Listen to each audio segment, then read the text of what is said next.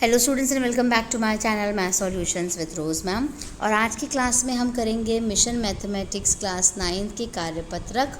Date है 12 सितंबर 2023 और chapter का नाम है त्रिभुज, विषय है एएएस सर्वांग समता नियम। तो हिंदी मीडियम की बेटे आपकी ये वर्कशीट है। वीडियो को स्टार्ट कर लेते हैं। उससे पहले आप सभी से रिक्वेस्ट है, जिन बच्चों ने चैनल को सब्सक्राइब नहीं किया है या फिर आप मेरे चैनल पर न्यू हैं तो चैनल को सब्सक्राइब कर लीजिए और बेल आइकन को प्रेस करना मत भूलिएगा। वीर, क्या तुम मुझे एएएस सर्वांग समता नियम के बारे में बता सकते हो? हाँ महोदया, एएएस सर्वांग समता नियमों में से एक है जो एएसए के समान है, लेकिन मुझे यह समझ नहीं आता कि यदि दोनों में दो कोण और एक भुजा है तो अंतर क्या है? वीर ने पूछा अपनी मैडम से।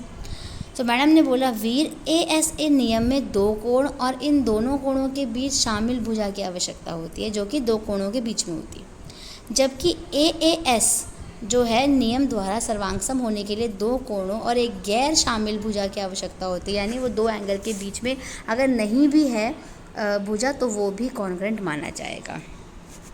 अब है एएएस सर्वांग समता नियम।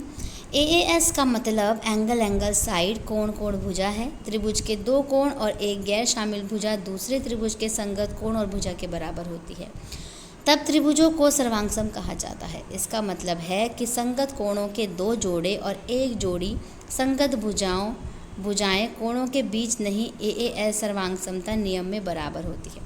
तो त्रिभुज डीईएफ और त्रिभुज एबीसी ले लीजिए बेटे, दो त्रिभुज है। इसमें त्रिभुज बी किसके बराबर है? एफ के बराबर। बी जो है वो किसके बराबर है बेटे? ई के बराबर है। देखिए यहाँ फर्स्ट में एफ जो है वो किसके बराबर है? सी के बराबर है। और डीई जो लाइन है वो ए बी के बराबर है। तो एएएस सर्वांग समता नियम हुआ, तो ये दोनों त्रिभुज जो है वो सर्वांगसम प्रूफ हो गए। अब वीर बोलता है, मित्र, दो त्रिभुज एआरटी और त्रिभुज पीईएन बनाइए और बताएं कि इसमें कौन सा नियम है, किस तरीके से आप उसको दर्शा सकते हैं। तो दो त्रिभुज हम बना देते हैं यहाँ पर। एक को हम लिख देते हैं एआरटी और दूसरे त्रिभुज को हम लिख देते हैं पीईएन। ठीक है। तो त्रिभुज आर जो है किसके बराबर है बेटे? ई के बराबर है। तो यहाँ एंगल आर लिख दीजिए, कोण आर कोण ई के बराबर है।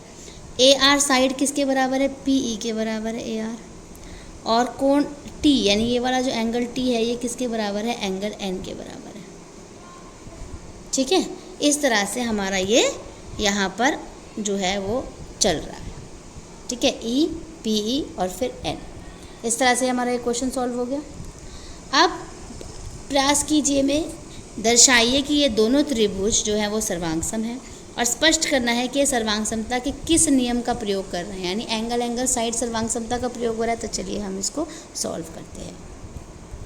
तो देखो, पहले तो आप लिखोगे यहाँ पर triangle DEF and triangle SRT क्या क्या इक्वल है। देखिए बेटा, एएएस रूल बताना है तो एक एंगल बताइए पहले। एंगल ई किसके इक्वल है? यहाँ पर एंगल आर के। कितना इक्वल है? 35 डिग्री इक्वल है। फिर एंगल एफ किसके इक्वल है? एंगल टी के, जो कि कितना है? 45 डिग्री है। और डीई साइड जो है वो किसके इक्वल है? आर एस के इक्वल है साइड। तो यानी जो ये ट्रायंगल हुआ डीईएफ कॉन्ग्रुएंट किसके हुआ? एस आर टी के। और यहाँ पे हम लिख देंगे एएएस कॉन्ग्रुएंसी रूल। ठीक है। इस तरह से हमारा ये क्वेश्चन जो है वो कंप्लीट हो जाता है। So thank you students for watching the video को लाइक, शेयर एंड चैनल को सब्सक्राइब करना मत भूलिएगा। फिर मिलेंगे हम नई वीडियो में नई वर्कशीट के साथ।